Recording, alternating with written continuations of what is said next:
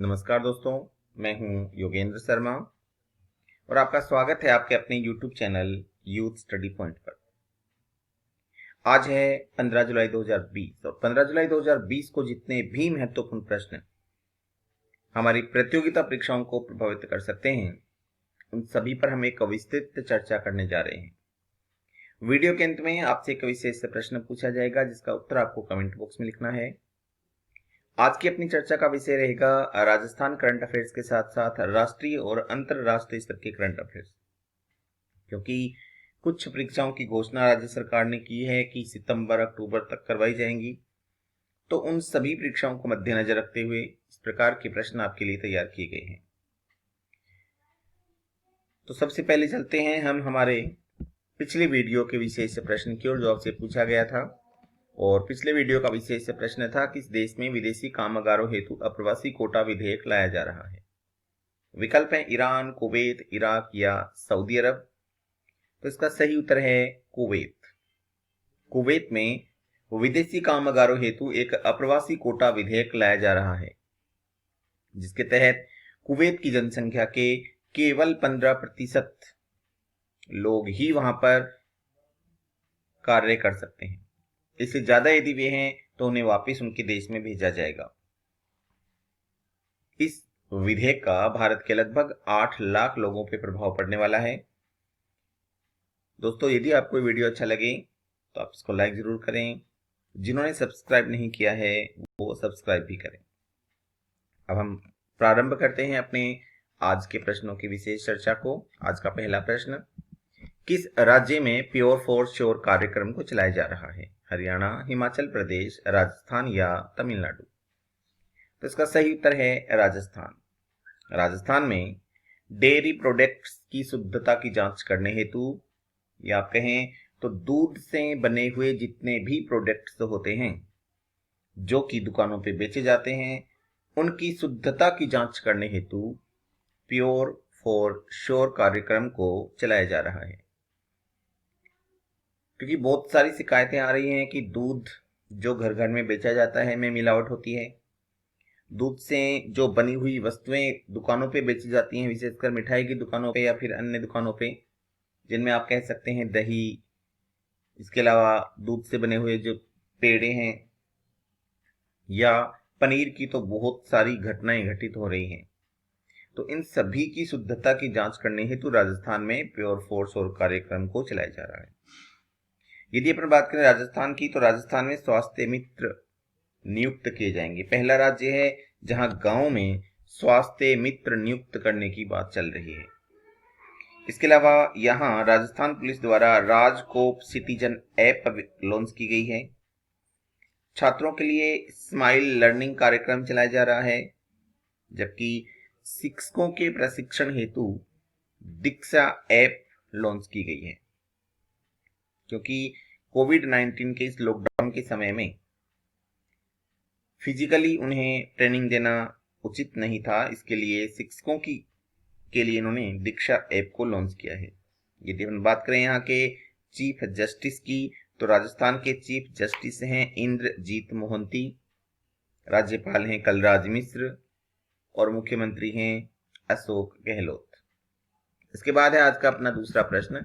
दूसरा प्रश्न है, KZ-11 रॉकेट का पहला प्रक्षेपण असफल रहा, इसका संबंध किस देश से है।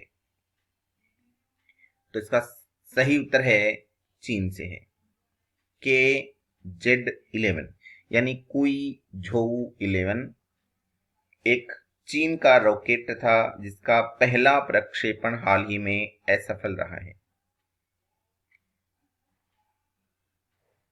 यदि अपन बात करें चीन की, तो चीन ने कुछ ही समय पहले एक डिजिटल करेंसी लॉन्च की थी, DCEP। चीन में ही 19वें एशियन गेम्स 2022 में होने जा रहे हैं। विंटर ओलंपिक 2022 भी चीन में होने जा रहे हैं और पैरा ओलंपिक्स 2022 भी चीन में होने जा रहे हैं।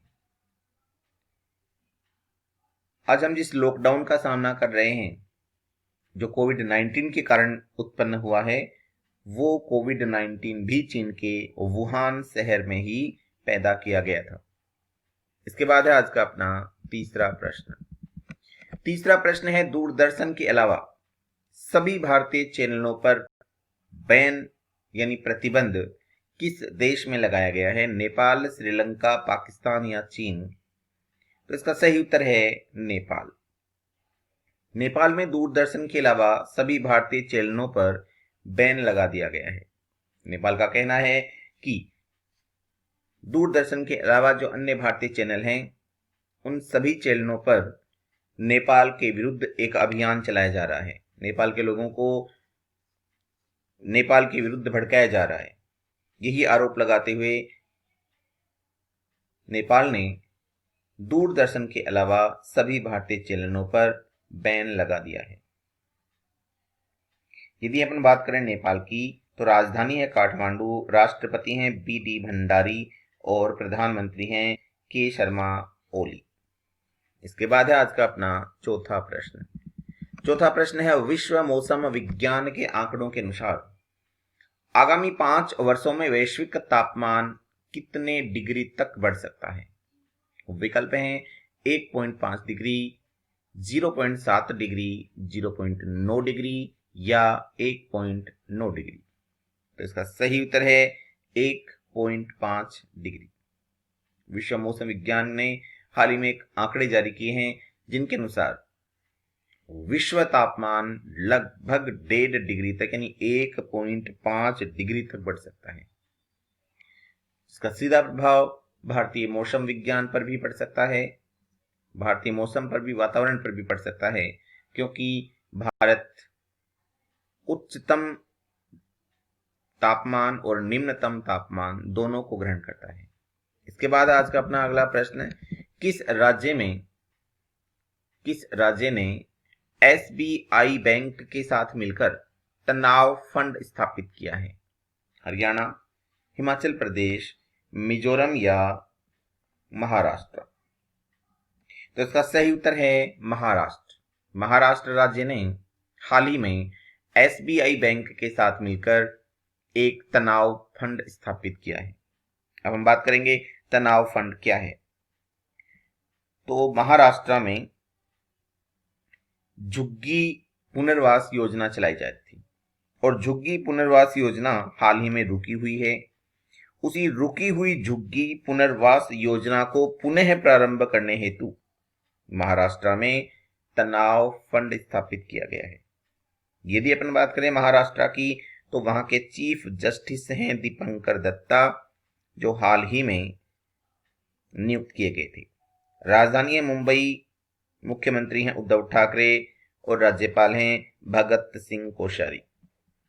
महाराष्ट्र भारत का पहला राज्य है जो मुफ्त स्वास्थ्य बीमा कार्यक्रम चलाने वाला राज्य बना है।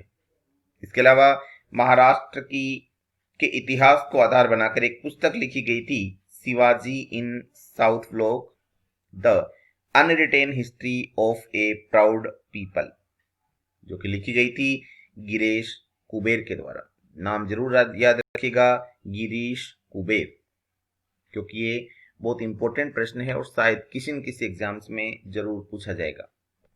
इसके बाद है आज का अपना अगला प्रश्न, अमेरिकी नौसेना में पहली अश्वेत महिला पायलट हाल ही में कौन बनी है? विकल्प हैं निकी चैमलिंग, प्रिटोरिया गेरी, जेजी मेडलिन स्विगल या इनमें से कोई भी नहीं। तो इसका सही उत्तर है 3 नंबर विकल्प, जेजी मेडलिन स्विगल। वस्तुतः अमेरिका में अब भी श्वेत अश्वेत लोगों के मध्य एक समानता नहीं है। यही कारण है कि आज भी अमेरिका में अश्वेत लोगों के द्वारा एक आंदोलन चलाया जा रहा है, क्योंकि उनको पूर्ण स्वायत्तता आप कह सकते हैं कि नहीं मिल पाई है। तो ऐसे समय में जेजी मेडलिन स्विगल का पहली महिला अश्वेत बनना एक बहुत बड़ी उपलब्धि है। इसके बाद है अपना अगला प्रश्न, किस राज्य की कैबिनेट ने स्टार्टअप नीति 2020 को हाल ही में मंजूरी दी है? विकल्प हैं हरियाणा, हिमाचल प्रदेश, उत्तर प्रदेश या महाराष्ट्र। तो इसका सही उत्तर है उत्तर प्रदेश। उत्तर प्रदेश के कैबिनेट ने हाल ही में स्टार्टअप नीति 2020 को मंजूरी दी है, जिसके तहत उत्तर प्रदेश में जितने भी स्टार्टअप लगाए जाएंगे, यानी जो कंपनियां उत्तर प्रदेश में अपनी कंपनियों को स्थापित करना चाहते हैं, वहां पर स्टार्टअप स्टार्ट करना चाहते हैं, उनके लिए कुछ राहत प्रदान की गई है। पहले उन्हें जिन जिन उलझनों से गुजरना पड़ता था, उन सभी को अब कम कर दिया गया है और एक ही खिड़की पर सारे कार्य कराने की पेशकश की गई है, ताकि वहां जितने भी लोग या जितने भी आप ये कहें कि कंपनियां अपना निवेश करना चाहती हैं, वो आसानी से निवेश कर सकें। यदि अपन बात करें उत्तर प्रदेश की, तो उत्तर प्रदेश की राजधानी है लखनऊ, जो कि गोमती नदी के किनारे पर है। मुख्यमंत्री हैं आदित्यनाथ, राज्यपाल हैं आनंदीबेन पटेल। और आपको ध्यान होगा, आनंदीबेन पटेल को मध्य प्रदेश के भी अतिरिक्त प्रभार दिया गया है। उत्तर प्रदेश में ही बाल श्रमिक विद्या योजना प्रारंभ की गई। वर्चुअल अदालतों के माध्यम से सबसे पहले सुनवाई करने वाला राज्य भी उत्तर प्रदेश बना था। प्रवासी राहत मित्र ऐप लॉन्च करने वाला राज्य भी है उत्तर प्रदेश। और 800 किलोमीटर तक सड़क के दोनों तरफ औषधीय पौधे लगाने का शुभारंभ करने वाला राज्य भी बन चुका है उत्तर प्रदेश। इसके बाद है आज का अपना अगला प्रश्न। किस वर्ष बाघों पर किया गया सर्वे गिनीज वर्ल्ड रिकॉर्ड में दर्ज किया गया है? 2019, 2018, 2015 या 2012? तो इसका सही उत्तर है 2018। 2018 में जो बाघों पर सर्वे किया गया, वह सर्वे 1,21,337 वर्ग किलोमीटर में हुआ है, जो कि अब तक का विश्व का सबसे ज्यादा किलोमीटर पर किया गया सर्वे है। पुनः बोल रहा हूं, 1,21,337 वर्ग किलोमीटर पर यह सर्वे किया गया है और इसी सर्वे को वर्ल्ड रिकॉर्ड में शामिल किया गया है। इस सर्वे के अनुसार बाघों की संख्या भारत में बढ़ चुकी है, यानी जो लक्ष्य दिया गया था वह लक्ष्य समय से पूर्व ही पूरा हो चुका है। इसके बाद है अपना अगला प्रश्न। विश्व मलाला दिवस कब मनाया जाता है? 11 जुलाई, 12 जुलाई, 10 जुलाई या 14 जुलाई? इसका सही उत्तर है 12 जुलाई। 12 जुलाई को विश्व मलाला दिवस मनाया जाता है। यह दिवस मलाला यूसुफजई के जन्म दिवस पर मनाया जाता है। हम बात करेंगे कि मलाला यूसुफजई कौन है। तो मलाला यूसुफजई वस्तुतः पाकिस्तान की एक महिला हैं, जिन्होंने शिक्षा के लिए विशेष कार्य किया था। इसी से वहां पर पाकिस्तान के जो आतंकवादी संगठन हैं वो नाराज हो गए और उन्होंने मलाला यूसुफजई पर हमला किया। हमले में इन्हें गोली भी लगी, लेकिन ठीक होने के बाद पुनः वो आई और उसी क्षेत्र में और अच्छा उत्कृष्ट कार्य किया। इसी उत्कृष्ट कार्य हेतु वर्ष 2014 में इन्हें शांति का नोबेल पुरस्कार भी दिया गया और सबसे कम उम्र में शांति का नोबेल पुरस्कार पाने वाली ये प्रथम महिला बनी। तो हम बात करेंगे विश्व मलाला दिवस की। तो विश्व मलाला दिवस मनाया जाता है 12 जुलाई को, जिसका मुख्य उद्देश्य होता है महिलाओं व बच्चों के सम्मान हेतु लोगों में जागरूकता फैलाना, यानी बच्चों को समय पर शिक्षा दी जाना और महिलाओं का सम्मान किया जाना विश्व मलाला दिवस का मुख्य उद्देश्य है। इसके बाद है आज का अपना अगला प्रश्न। अगला प्रश्न है, कोरोना वैक्सीन के ह्यूमन सैंपल को पूरा करने वाला विश्व का पहला देश कौन बना है? जापान, भारत, रूस या अमेरिका? तो इसका सही उत्तर है रूस। हाल ही में रूस द्वारा एक घोषणा की गई है कि विश्व के पहले कोरोना वायरस से संबंधित ह्यूमन सैंपल को उन्होंने सफलतापूर्वक पूरा कर लिया है। यदि ये वास्तव में एकदम सफलतम सैंपल लिया गया है तो आप कहेंगे कि सबसे पहली कोरोना वैक्सीन बनाने वाला देश रूस बन जाएगा। लेकिन अभी भी इस पर और ट्रायल चल रहे हैं। भारत में भी ट्रायल चल रहे हैं, अमेरिका में भी चल रहे हैं, लेकिन रूस इन सबसे अभी तक आगे चल रहा है। यदि अपन बात करें रूस की तो राजधानी है मॉस्को, राष्ट्रपति हैं व्लादिमीर पुतिन, प्रधानमंत्री हैं मिखेल मिस्तुद्दीन। इसके बाद है अपना अगला प्रश्न। अगला प्रश्न है क्वालकॉम वेंचर्स ने जियो प्लेटफॉर्म में कितनी हिस्सेदारी खरीदी है? 0.15%, 0.12%, 0.19% या 0.17%? तो इसका सही उत्तर है 0.15%। यदि अपन 0.15% की वैल्यू देखें तो इसकी वैल्यू होती है लगभग 730 करोड़ रुपए। क्वालकॉम वेंचर्स एक वायरलेस टेक्नोलॉजी की कंपनी है जिसने हाल ही में जियो प्लेटफॉर्म से 0.15% की हिस्सेदारी खरीदी है। जियो प्लेटफॉर्म में सबसे पहले 9.99% की हिस्सेदारी फेसबुक ने खरीदी थी। उसके बाद बहुत सारी कंपनियों ने इसमें रुचि दिखाई और इसकी हिस्सेदारी खरीदी है। यदि हम वर्तमान समय में बात करें तो जियो प्लेटफॉर्म के शेयर्स बहुत ज्यादा ऊंचाई को प्राप्त हो चुके हैं, महंगे हो चुके हैं, जिनके कारण मुकेश अंबानी विश्व के 7वें सबसे अमीर व्यक्ति बन चुके हैं। हाल ही में गूगल ने भी घोषणा की है कि वह जियो प्लेटफॉर्म से हिस्सेदारी खरीदेगा। इसके बाद है अगला प्रश्न। अगला प्रश्न है गूगल ने भारत में कितने बिलियन डॉलर का निवेश करने की घोषणा की है? विकल्प है 10 बिलियन, 12 बिलियन, 15 बिलियन या 13 बिलियन। इसका सही उत्तर है 10 बिलियन। हाल ही में गूगल के वर्तमान सीईओ श्री सुंदर पिचाई ने घोषणा की है कि गूगल भारत में 10 बिलियन अमेरिकी डॉलर का निवेश करने वाला है। इसको नाम दिया गया है Google for India digitalization fund.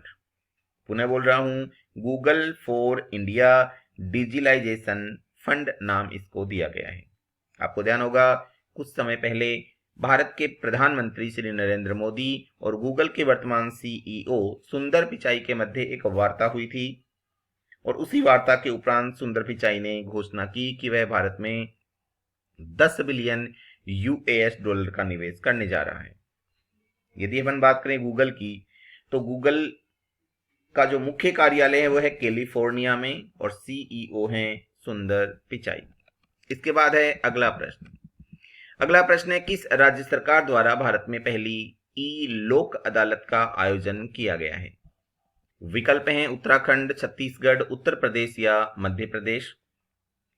तो इसका सही उत्तर है वो है छत्तीसगढ़। हाल ही में छत्तीसगढ़ में भारत की पहली ई लोक अदालत का आयोजन किया गया। छत्तीसगढ़ के 200 जिलों में जो जिला न्यायालय स्थापित हैं उन जिला न्यायालयों में 3000 से अधिक मामलों की सुनवाई एक साथ की गई। यदि हम छत्तीसगढ़ की सरकार की बात करें तो मुख्यमंत्री हैं भूपेश बघेल, राज्यपाल हैं अनुसुईया उइके। छत्तीसगढ़ में ही सी घाट ऐप लॉन्च किया गया था। राजीव गांधी किसान न्याय योजना को प्रारंभ किया गया। इसके अलावा हाल ही में जो पुलिसकर्मी डिप्रेशन में आ गए थे उन डिप्रेशन में उनको निकालने के लिए एक अभियान चलाया गया था, स्पंदन अभियान। यानी पुलिसकर्मियों के डिप्रेशन को दूर करने हेतु जो अभियान चलाया गया छत्तीसगढ़ में उसका नाम है स्पंदन अभियान। वहां के चीफ जस्टिस हैं PR रामाचंद्रन मेनन और उन्हीं अर्थात सीजे ने ही इसका उद्घाटन, पहली लोक अदालत का उद्घाटन किया था। छत्तीसगढ़ की राजधानी है रायपुर और वहीं एक अन्य नगर है जिसका नाम है नया रायपुर और उसी नया रायपुर का नाम बदलकर हाल ही में अटल नगर किया गया था। इसके बाद है अगला प्रश्न। अगला प्रश्न है किस राज्य में रोको टोको अभियान चलाए जाने की घोषणा की गई है? उत्तराखंड, छत्तीसगढ़, उत्तर प्रदेश या मध्य प्रदेश? तो इसका सही उत्तर है मध्य प्रदेश। मध्य प्रदेश में रोको टोको अभियान कोविड-19 के लिए चलाया गया है। यदि अपन मध्य प्रदेश की बात करें तो मुख्यमंत्री हैं शिवराज सिंह, राज्यपाल हैं लालजी टंडन।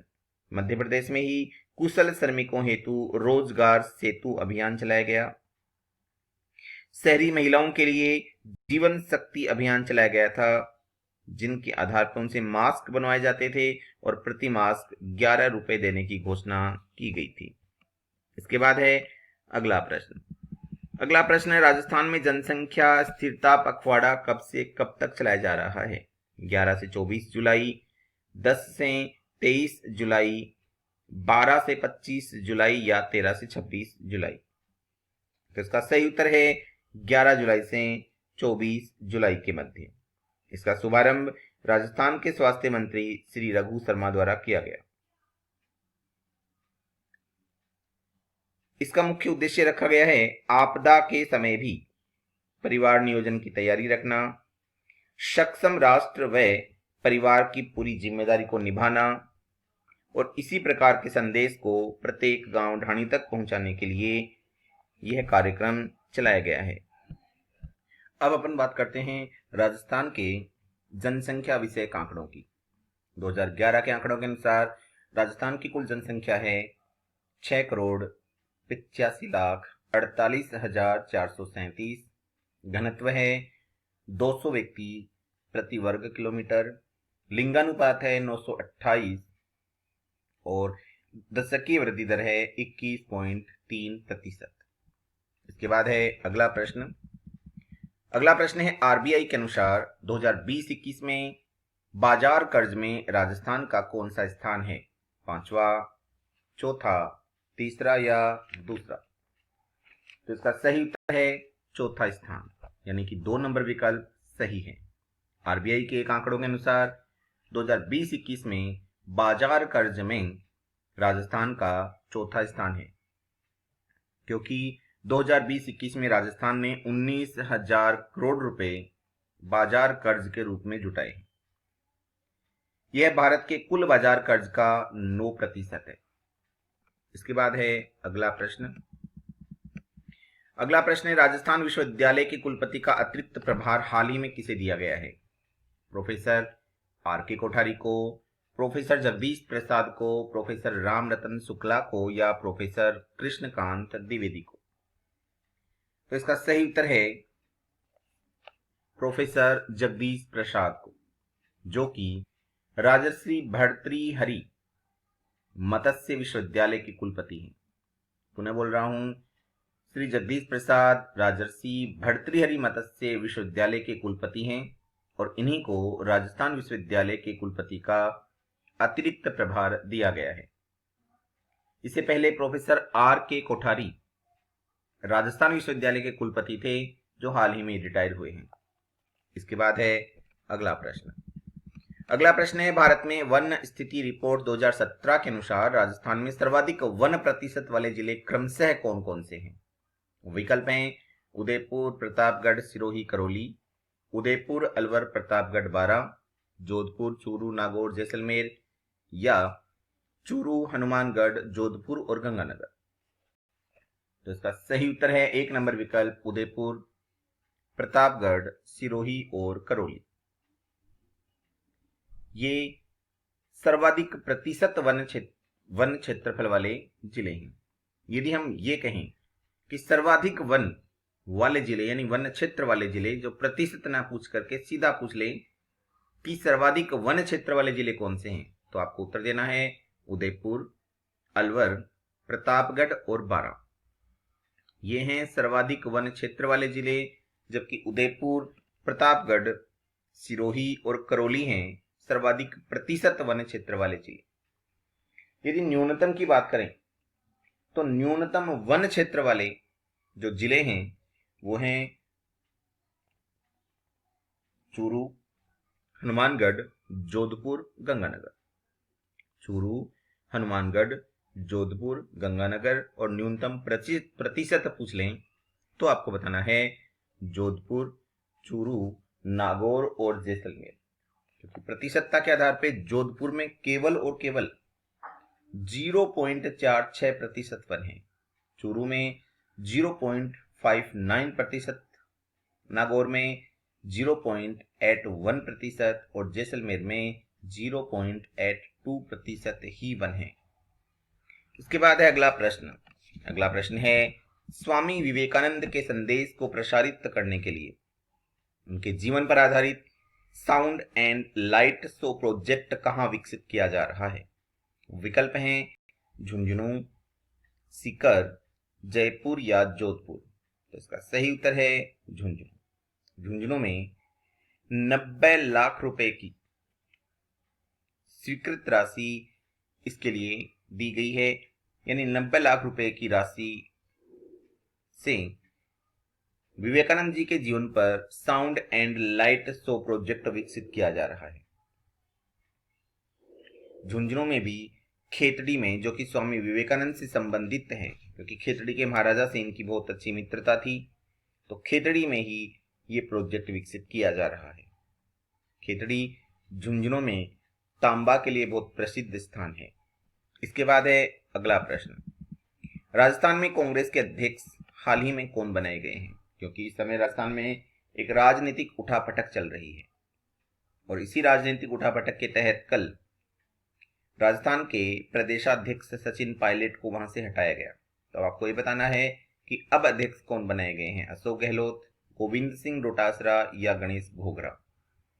तो इसका सही उत्तर है गोविंद सिंह डोटासरा, जो कि वर्तमान में राजस्थान में राज्य शिक्षा मंत्री हैं और उन्हीं को हाल ही में राजस्थान कांग्रेस का नया अध्यक्ष चुना गया है। आपको ध्यान होगा कि कल घोषणा के तहत सचिन पायलट को कांग्रेस अध्यक्ष के पद के साथ साथ उप मुख्यमंत्री पद से भी हटाया गया। इसके अलावा विश्वेंद्र सिंह को भी मंत्री पद से हटाया गया व श्री रमेश मीना को भी मंत्री पद से हटाया गया है। इसी के साथ ही यूथ कांग्रेस के अध्यक्ष मुनेश भाकर को हटाया गया है और उसके स्थान पे गणेश घोगरा को यूथ कांग्रेस का भी नया अध्यक्ष नियुक्त किया गया है। इसी प्रकार से कांग्रेस सेवा दल के अध्यक्ष थे राकेश पारिक को हटाकर हेम सिंह शेखावत को कांग्रेस सेवा दल का अध्यक्ष चुना गया है। तो ये कुछ परिवर्तन हुए हैं जो कि वर्तमान परीक्षाओं के लिहाज से आपको पूछे जा सकते थे, आपके लिए विशेष थे। अब है आज का विशेष प्रश्न, जिसका उत्तर आपको कमेंट बॉक्स में लिखना है। और आज का अपना विशेष प्रश्न है, रिलायंस ने असीमित वीडियो कॉलिंग के साथ कौन सा वीडियो कॉन्फ्रेंसिंग ऐप लॉन्च किया है? जियो मीट, जियो ऐप, जियो सेट या जियो मैन। इसी के साथ आज की अपनी वार्ता समाप्त होती है। जय हिंद, जय भारत।